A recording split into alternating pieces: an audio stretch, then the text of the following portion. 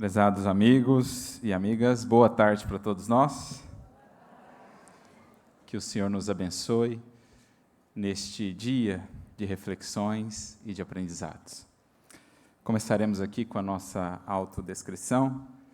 Me chamo Arthur Valadares, tenho a pele branca, os cabelos e os olhos castanhos, estou utilizando um óculos de grau, tenho uma camiseta azul com um detalhe do Cristo no peito e tenho a estatura por volta de 1,74 m. Queridos amigos, é com muita alegria que estamos aqui hoje, num dia de festa, e não poderia iniciar a fala sem antes aproveitar para parabenizar a FERGS, na pessoa aqui do seu atual presidente, Antônio, parabenizando a todos os trabalhadores que estiveram envolvidos nestes 105 anos de existência, de serviço, de aprendizado, de oferta com Jesus, com Kardec, com a espiritualidade amiga. Certamente não são poucos os corações que desse trabalho têm recolhido bênçãos, orientações e inspirações para a sua jornada. Então, muito nos felicita podermos participar desse evento comemorativo da Casa Máter aqui do Espiritismo em terras gaúchas, deixando os nossos votos de muitos anos mais de trabalho nessa imensa seara do Cristo. Como ele mesmo nos dizia, grande é a seara. Àquele tempo ainda não tantos eram os ceifeiros. Com o tempo eles têm crescido, mas há sempre espaço, porque o trabalho é imenso. E não falamos aqui de um trabalho de alguns anos, algumas décadas, tampouco alguns séculos. Estamos a falar de um trabalho para os milênios, que é o trabalho da iluminação do Espírito em sua infinita jornada de ascensão.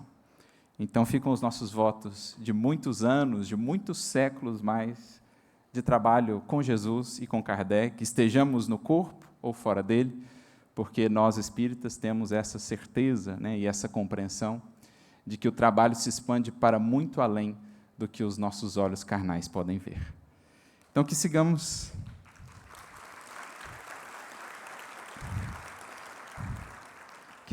nesse espírito de festividade espiritual, de alegria, de gratidão, pelas bênçãos do Espiritismo em nossas vidas, buscando, claro, também com ele aprender aquilo que nos compete em termos de trabalho, de realização, para transformarmos a nossa gratidão em uma gratidão efetivamente mais lúcida, verdadeira. Como nos diz Emmanuel, a melhor maneira de agradecer nos círculos do cristianismo está no devido aproveitamento das dádivas recebidas, com eficiência, com dedicação. E esse é o nosso intuito, para além da gratidão nas palavras, aquela que se traduza em nossa transformação, em nossa realização, à luz do quanto temos recebido do Espiritismo. E o tema que nós vamos tratar nesse momento gira exatamente em torno disso, essa busca essencial, busca fundamental do reino de Deus, agora por nós entendida ou analisada à luz do Espiritismo. E é sobre isso, então, que nós vamos conversar, buscando primeiramente entender o que é essa expressão ou essa proposta tão fundamental e tantas vezes mencionada no Evangelho de Jesus. O que ele quer dizer com o reino de Deus, com essa promessa que ele oferta à humanidade, aos séculos do porvir. E quem fala reino, fala também reinado. E eu acho que está aqui um dos principais recursos de entendimento desse conceito que é, para nós, no Evangelho, no cristianismo, tão fundamental. Reino de Deus é o reinado de Deus. Onde? Reinado de Deus a se estabelecer no plano íntimo da criatura.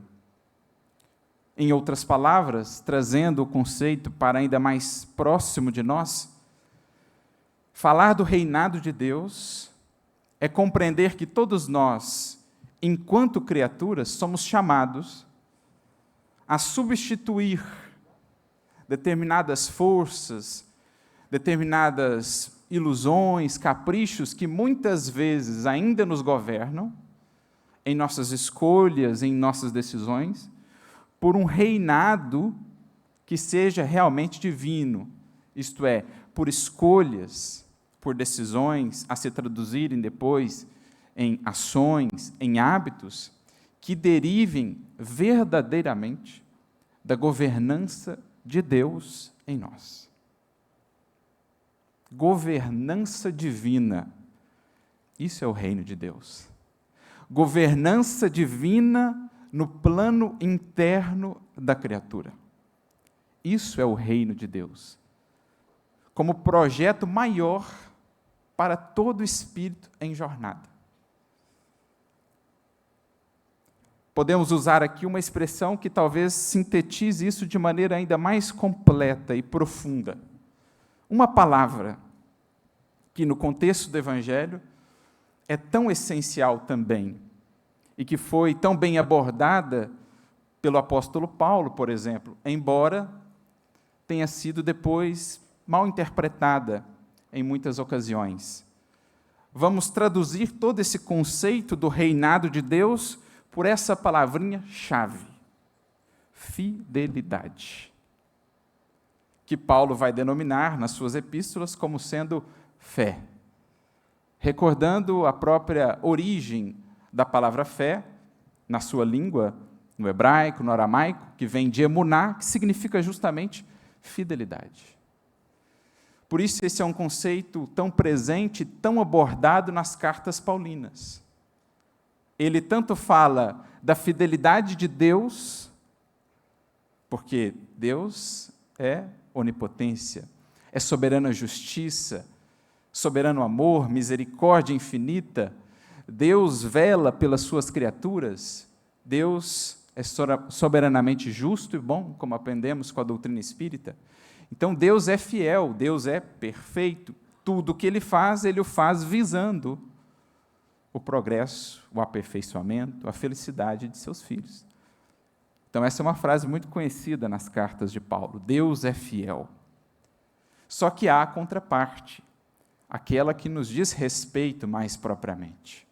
Da parte de Deus, haveremos e poderemos esperar sempre o melhor. Mas a questão é o que vem da criatura, da parte de cada um de nós, o que tem sido ofertado nessa relação. E aí entra o fundamental conceito da fé para Paulo. Fé entendida como fidelidade, governança de Deus no âmbito da criatura. A criatura que entende a vontade divina, seus desígnios, suas leis, e é, daí por diante, ou busca ser, cada vez mais fiel. Realmente deixando-se governar, conduzir pelo Criador e por suas sábias, justas e perfeitas leis. Esse é um conceito-chave nas epístolas de Paulo, porque ele entendia que aí está a grande questão.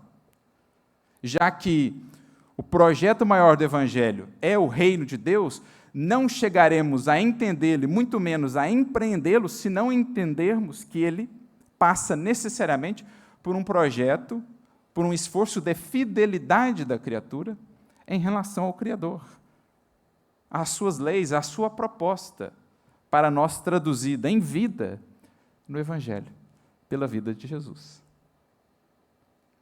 Então, quando Paulo trata, na sua carta aos Romanos, por exemplo, sobre a salvação pela fé, é disso que ele está tratando.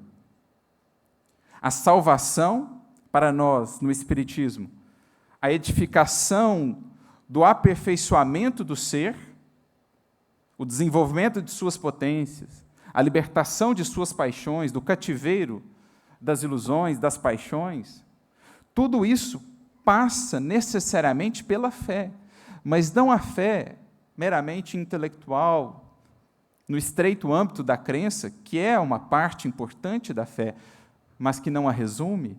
Não é dessa fé apenas que Paulo trata. E por isso ele foi, ao longo dos séculos, tão mal compreendido. porque pensávamos, não, o reino de Deus então estará garantido para nós, desde que aceitemos Jesus como nosso Mestre e Senhor. Mas isso é o primeiro ato do processo, o que não nos exime de tudo que vem depois. Porque fé, para Paulo, é essa implementação gradativa em nossas vidas de fidelidade ao que está no Evangelho, que é o mesmo que dizer de fidelidade ao projeto divino para cada um de nós, os seus filhos. Então veja que o conceito vai ganhando novos contornos. Novos horizontes vão se nos abrindo à medida que o vamos analisando à luz, especialmente do Espiritismo, que traz uma série de outras variáveis importantíssimas para entendermos, então, o que é a realização desse projeto. Sermos integralmente fiéis a Deus. Quando assim o formos, então virá o reinado de Deus em nós. Deus reinará em cada escolha, em cada decisão, estaremos atendendo à vontade divina, que é sempre para nós o que há de mais libertador, o que há de resultar em mais felicidade, em mais paz, em mais progresso. Mas para isso é preciso necessariamente a fé, entendida como fidelidade. É isso que Paulo quer dizer com o justo será salvo pela fé. Não uma mera adesão formal, verbal ou circunstancial ao cristianismo, mas um projeto de vida que se estende para muito além das paredes de um templo religioso ou do tempo específico consagrado a uma experiência religiosa em nossa semana. É a experiência do transcendente, da religiosidade que vai inundando a vida do ser como um todo. Nas mais diversas circunstâncias, passa a criatura a se ver como, efetivamente, uma servidora do Criador, um instrumento dele, agindo de conformidade com ele, para que, então, se expanda também esse reinado para além do seu mundo interior, que ela busca já agora consagrar ao Senhor da vida. Por isso, quando falamos de reino de Deus, é preciso associá-lo a essa palavrinha-chave, fidelidade.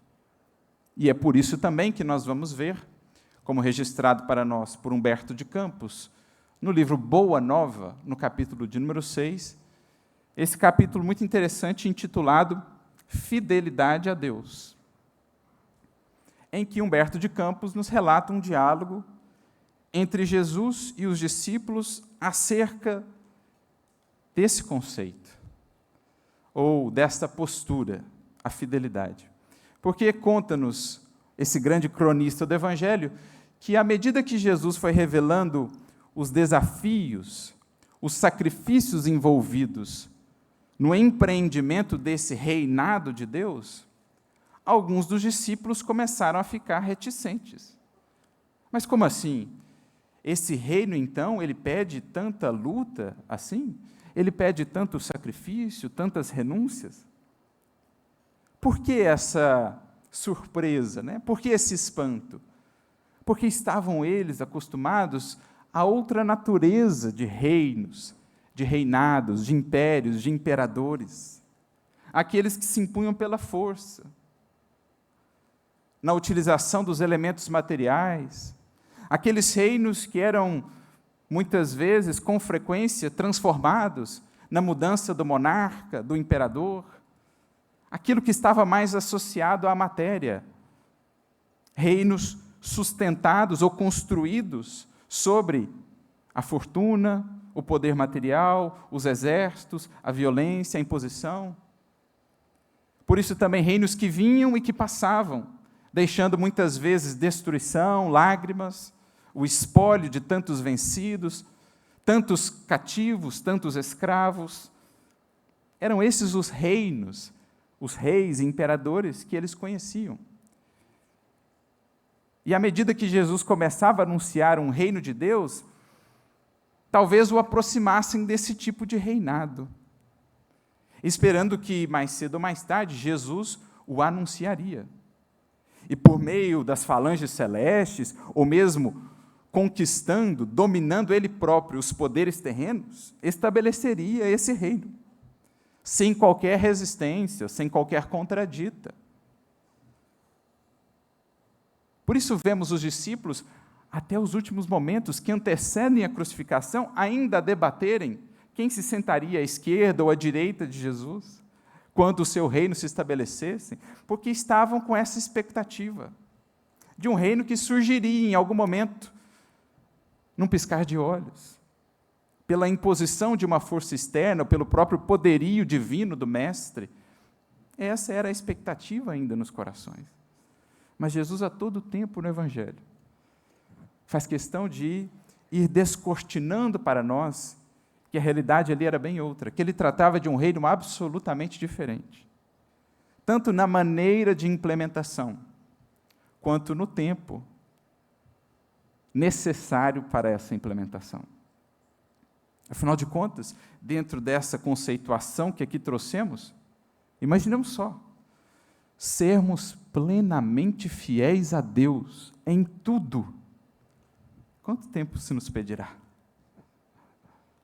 Talvez até por isso, por intuirmos ou notarmos que a magnitude desse projeto era demasiada, grande por demais, é que concebemos, então, outras vias de salvação, imaginando, não é possível considerarmos que a salvação vem, então, da edificação de tudo aquilo que Jesus propôs no Evangelho.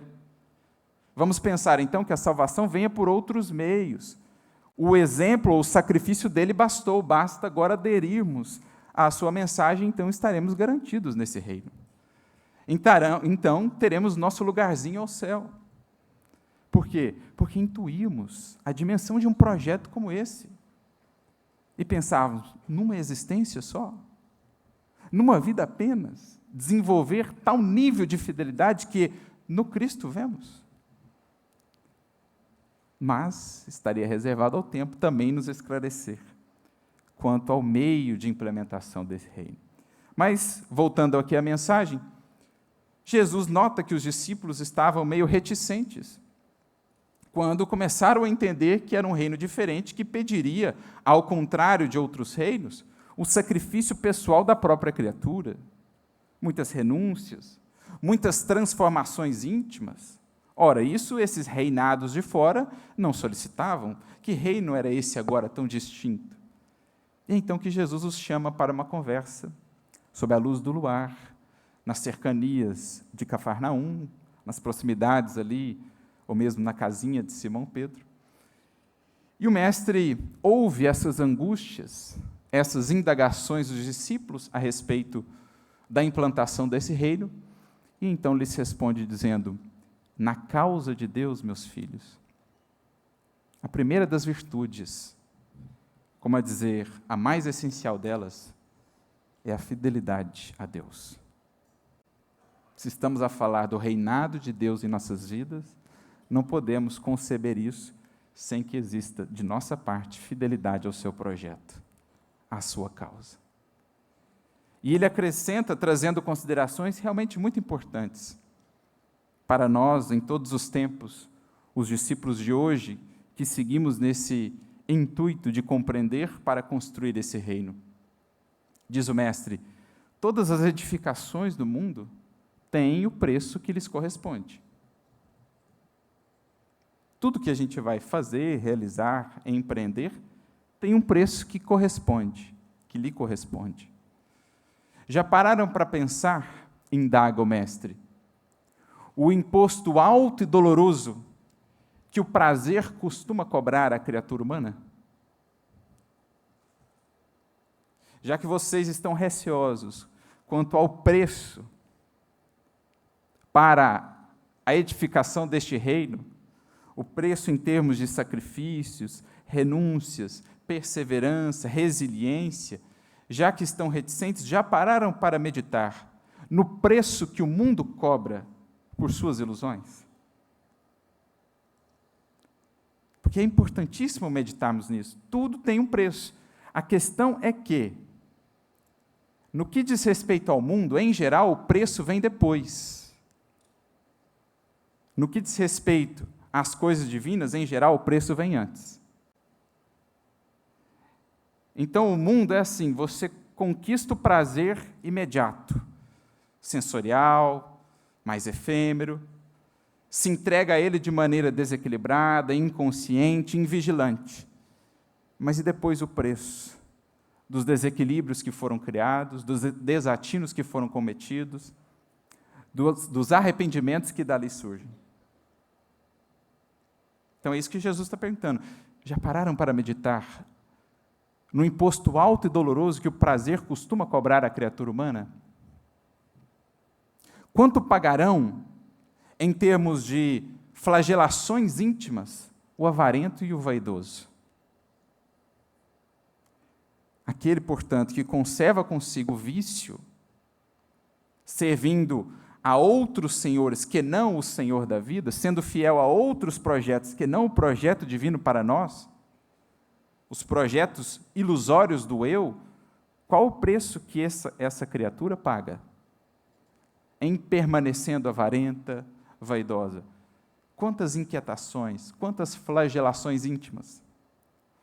Para cada pequeno triunfo ilusório, para cada pequeno gozo imediatista, quanto de inquietação, quanto de angústia depois, ou de tédio, quando vamos notando que aquilo já não mais nos satisfaz. O medo de perder, a comparação sempre com o que tem mais. Então, quanto essa criatura paga em termos de flagelações íntimas? Qual o preço será pedido ao mentiroso, ao gozador? Então, se vocês se assustam com o preço desse reino, deste reinado, o preço da fidelidade, não estarão se esquecendo do preço que o mundo tem cobrado de vocês, na fidelidade às suas ilusões? Porque, como aprendemos com o Espiritismo, a causa primordial da infelicidade da criatura não são as circunstâncias, mas é antes o que ela traz em si. Para cada vício, uma fonte de infelicidade constante. Quanto sofre o invejoso, quanto sofre o maledicente. Talvez pode não notar agora, mas cedo ou tarde notará o estado em que se encontra. Porque, como dizíamos, assim é o mundo. Em geral, o preço vem depois. À medida que surge a maturidade, à medida que passa o tempo, que vamos refletindo, que vamos nos frustrando com a efemeridade de tudo que diz respeito ao mundo, é que vamos notando o preço. Mas as coisas divinas, não, em geral, o preço vem antes. Mas a conquista depois é perene. E a felicidade associada a ela também. Porque o preço da virtude é toda a disciplina de construí-la. Mas, uma vez consolidada, ela é sempre uma fonte perene de felicidade para o ser. Mas, até lá, eu paguei o preço de anos e anos, existências e existências de disciplina até consolidar a espontaneidade daquela virtude. Mas, uma vez consolidada, ela é nossa e é para sempre. O preço veio antes, mas o que é mais valioso veio para ficar. No mundo, em geral, é o gozo imediato agora, mas depois um preço de lágrimas, de arrependimentos e reajustes para depois. E a necessidade de recomeçar em novas bases, em novos rumos. Então é isso que Jesus está indagando aos discípulos, clareando esse que é um conceito essencial para todo aquele que realmente compreende que essa é a busca mais fundamental no Evangelho. A fidelidade tem um preço, mas o que ela retorna à criatura não tem preço. Não há valor no mundo que possa se aproximar daquilo que há de angariar aquele que se propõe a ser fiel a Deus. Agora, a fidelidade ao mundo, a mamon e às suas ilusões, diz o Mestre, ela também tem um preço, muitas vezes não considerado. Considera-se a satisfação imediata do instante, sensorial, efêmera, material, mas não se considera o que vem depois em termos de reajustes, de lágrimas, de recomeços. E assim eles seguem nessa conversação a respeito da fidelidade, Jesus destacando a importância disso nessa relação, que é a relação mais fundamental para todos nós, a relação com Deus, porque é definidora do equilíbrio, da sanidade, de todas as outras relações que nós temos, com outras pessoas, com objetos, com circunstâncias. Se a relação com Deus não estiver equilibrada, tudo mais poderá estar comprometido. Então, se a relação com o divino não está equilibrada, a relação com o outro pode descambar facilmente para a possessividade, para o ódio. Se a relação com Deus não está equilibrada, nesse processo de comunhão que a criatura vai estabelecendo com o divino, a sua relação com um determinado objeto pode se tornar facilmente um processo de apego, de adoração, quase que de culto, em relação ao dinheiro, ao prazer, ao poder. Então a criatura ela vai perturbando as suas outras relações enquanto não ajusta a mais fundamental. E é por isso que Paulo, nas suas epístolas, e o mestre aqui nessa mensagem, tratam o conceito de fé, de fidelidade, nesse âmbito de uma relação. Diz o mestre, o mesmo que Paulo mais tarde diria: olha, Deus é fiel, tem sempre feito o melhor para nós, muito antes mesmo de o conhecermos. Ele já nos amava e nos entregava o que de melhor nós precisávamos para a nossa evolução. A partir de agora, à medida que a consciência se nos aclara, a tarefa é nossa, de respondermos a essa fidelidade divina com a nossa fidelidade, assim estabelecendo-se a comunhão, criatura-criador, esse laço inquebrantável, da qual a fé é a nossa oferta e o amor divino é a oferta que vem de nosso Pai. Então Jesus trata disso com os discípulos e, em determinado momento, eles voltam-se para o Mestre, naquela noite que seria para todos ali presentes inolvidável, e dizem: Senhor, seremos fiéis. Senhor, seremos fiéis. Jesus então sorri, como quem sabe, ou como quem sabia, a intensidade da luta que estava por vir e a fragilidade das promessas humanas. Mas ele sabia também que cedo ou tarde esse reino haveria de chegar para cada um daqueles corações. E mesmo ainda tão frágeis, aqueles discípulos, aqueles primeiros corações, vencendo a si mesmos, souberam incrementar cada vez mais em si a presença daquele compromisso, aquela fidelidade, a ponto de, mesmo perseguidos, humilhados, muitos deles mortos, manterem-se fiéis, fazendo de seus esforços, de sua fidelidade, um cântico de esperanças e de glorificação que haveria de transformar o mundo. Então ali nós vimos os primeiros lampejos, o alvorecer desse reinado, já naqueles corações que souberam ser fiéis. Exemplo que chega-nos ainda hoje, ajudando-nos a entender a dimensão do projeto que nos cabe. Fidelidade integral. Mas é claro que, sendo um projeto tão profundo, não poderia ser edificado em tão curto tempo. E aí, mais propriamente, que surge a doutrina espírita em nosso auxílio, ajudando-nos a dar novos contornos a esse projeto, a enxergá-lo em sua grandeza sublime, quando nos projeta à tela mental o imenso quadro panorâmico da evolução. Vem a doutrina espírita nos ajudar a entender o que já se encontrava nas palavras de Jesus, de maneira implícita, mas que com o Espiritismo se nos aclara e se nos mostra tão belo e tão grandioso. O projeto de Deus, junto a cada filho seu e à humanidade terrestre como um todo, a envolver milênios e milênios de esforços, de dedicação, de lágrimas, de suores, de tantos e tantos espíritos, atuando sob a inspiração divina, sob a condução do Cristo. Porque para entendermos melhor essa dimensão dessa busca fundamental, a do reino de Deus, à luz do Espiritismo, nós vamos ao próprio Evangelho, aqui auxiliados pela doutrina espírita. Vamos a um dos mais conhecidos diálogos do Evangelho. Capítulo 3 do Evangelho de João. Jesus conversa com Nicodemos.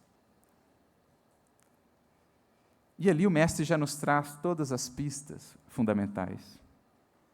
Pergunta a Nicodemos o que fazer, para herdar a vida eterna.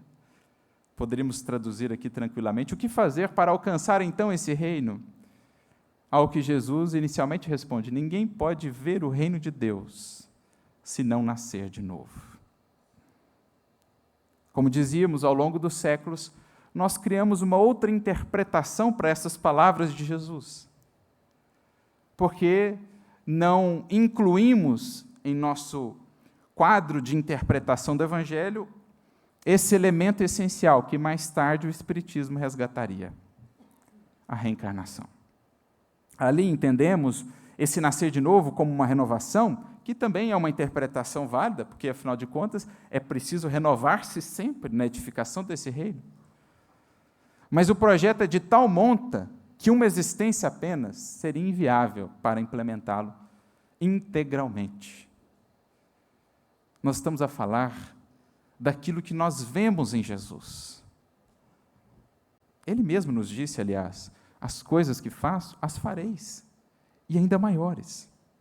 E ao olhar para aquela sublimidade de vida, uma fidelidade sem mescla, uma vida em que, de fato, Deus reinava, a ponto de chegarmos a confundir Criador e criatura, ao olharmos para aquela vida, imaginávamos, impossível considerar a aplicação disso tudo em uma existência apenas.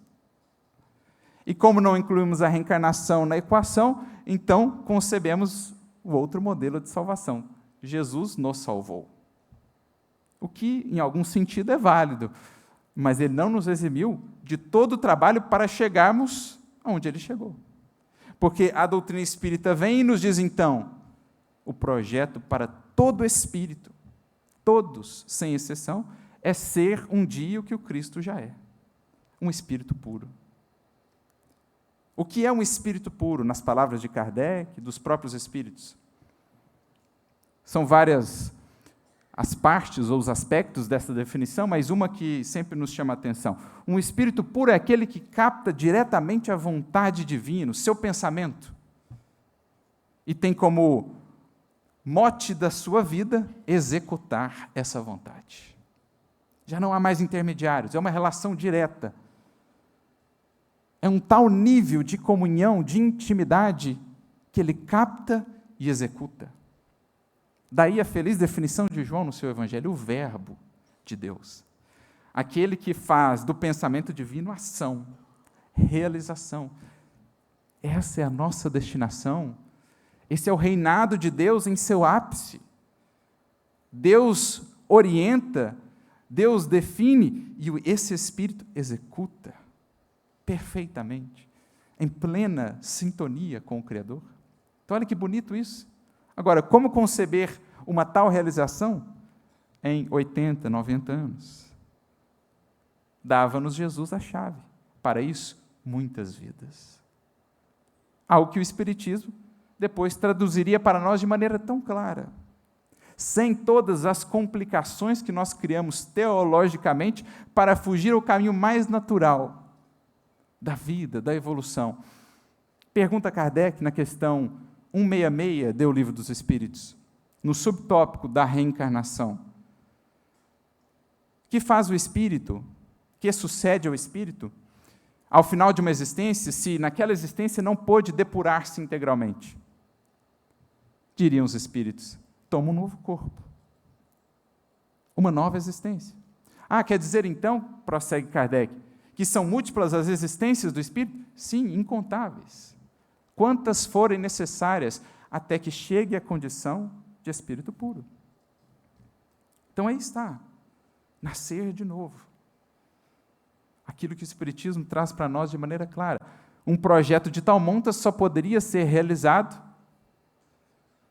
ao longo de milênios, de séculos incontáveis, porque significa desenvolver cada potência nossa, ao grau máximo. Ciência, moralidade, todos os aspectos de desenvolvimento para que sejamos, para Deus, instrumentos cada vez mais eficazes, cada vez mais completos, afinados.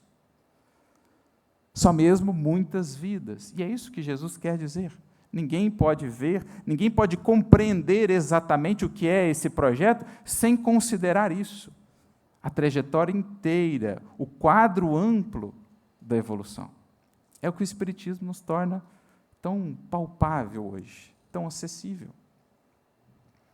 Mas notemos, neste primeiro versículo, nessa primeira parte do seu diálogo com Nicodemos, Jesus diz: ninguém pode ver o reino de Deus.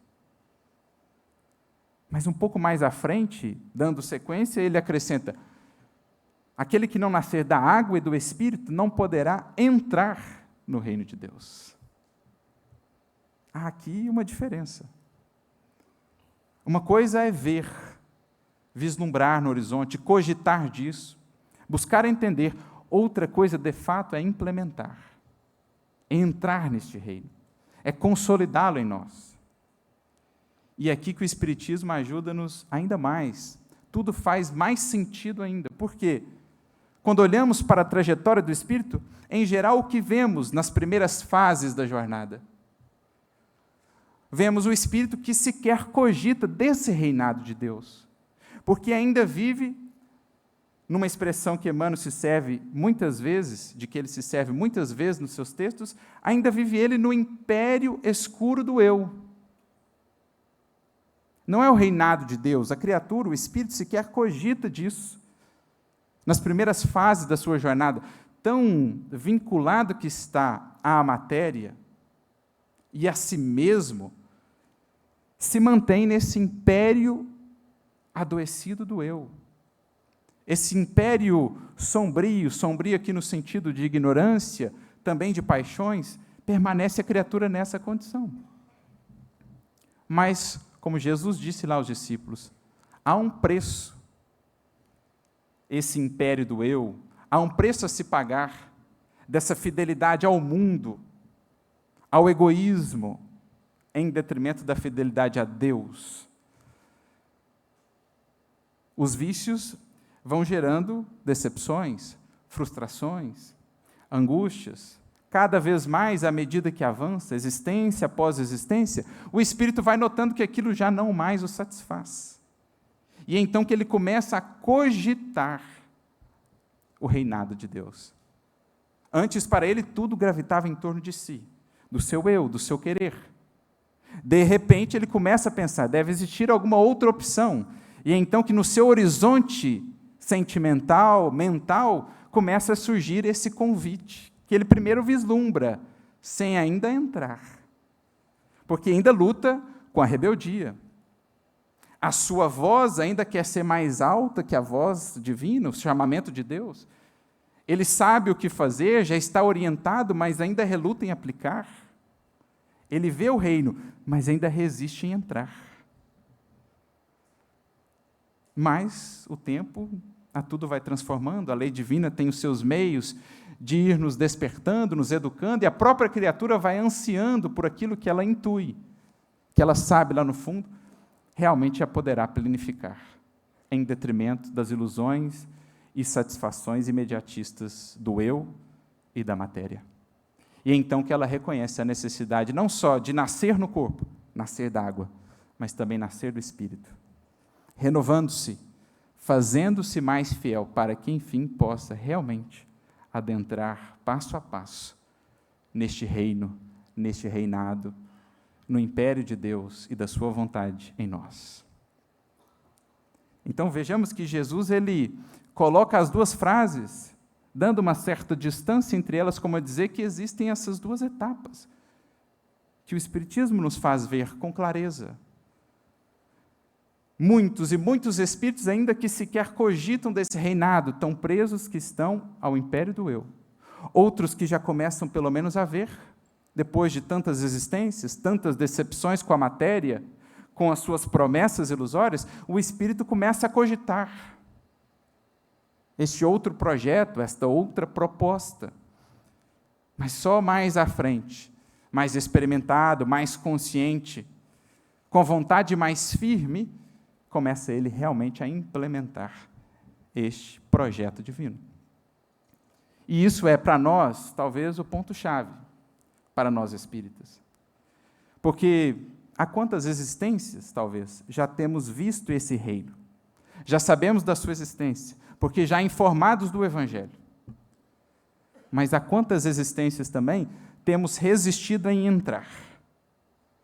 Temos visto, mas ainda não adentrado, porque ainda não nos propomos realmente a ser fiéis, a entender que não há liberdade efetiva senão na fidelidade à lei divina. Quando o egoísmo nos diz para fazer assim, sermos mais fortes e fazermos como Deus nos solicita, como Cristo nos propõe no Evangelho, porque a voz do Cristo não é senão a voz de Deus a nos instruir. Era ele o médium divino, diz-nos Kardec. Então nós estamos mais ou menos nesse meio termo. E há aqui uma imagem muito bonita, eu acho que muito representativa. Mais uma vez ele, Paulo, com o seu olhar tão perspicaz, na sua carta aos Hebreus, capítulos de número 3 e 4, Paulo ele vai trabalhar aquela ideia da jornada do povo pelo deserto. Aquilo não é senão uma figura da jornada da própria humanidade em busca da terra prometida, que não é senão o reino de Deus, o reinado de Deus. E a imagem ela é muito instrutiva, o que está registrado lá no livro de Êxodo, de Números. O povo tem uma jornada a empreender em busca da terra prometida. Mas eles chegam à margem dessa terra, digamos, na fronteira. E Moisés envia alguns espias, 12 deles, para sermos mais exatos. Eles visitam a terra prometida e voltam para trazer o seu relato. 10 deles se fixam nos problemas. Não, a terra é habitada por gigantes, tem muita dificuldade para entrar, a gente vai sofrer muito, isso. E 2 deles destacam os aspectos positivos, Josué e Caleb. Aqueles, Josué mais propriamente, que assumiria depois da desencarnação de Moisés a condução do povo. O que Paulo vai fazer? Ele pega o que aconteceu ali, porque por conta do relato dos 10 vigias que destacaram os aspectos negativos, o povo não quis entrar. E ficaram, então, por 40 anos, andando em círculos pelo deserto. Paulo diz assim, essa é uma boa imagem da nossa experiência com o Evangelho. Muitos de nós já chegamos na fronteira, porque já vimos a terra prometida, já vimos o Evangelho, já sabemos o que é o reino de Deus, e que ele é a nossa destinação. Mas ainda relutamos em ser fiéis, e por isso ficamos andando em círculos, nas agruras da vida material, no deserto da vida, sabendo onde está o reino, mas resistindo em entrar, porque resistindo em sermos fiéis. Então, todos esses 2 capítulos inteiros, Paulo vai tratar disso, dizendo para nós, um alerta para nós os cristãos, e diríamos especialmente para nós os espíritas, que temos ainda mais clareza do que é essa terra prometida. Paulo diz lá no texto, o repouso de Deus. Não adentraram o repouso de Deus porque foram infiéis, porque foram rebeldes. Sabiam o que fazer, já não mais ignoravam, mas ainda assim relutavam em aplicar.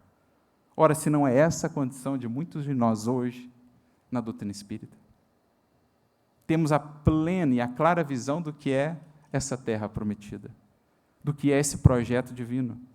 Mas por quantos séculos, os 40 anos lá, representam séculos, existências, a caminharmos, vislumbrando aquilo que é objetivo, mas ainda pela rebeldia, pela acomodação, relutando em adentrar. Uma viagem que não era tão longa, e daí esse símbolo, 40 anos para uma distância que não era tão longa assim, ora, é a condição de muitos de nós.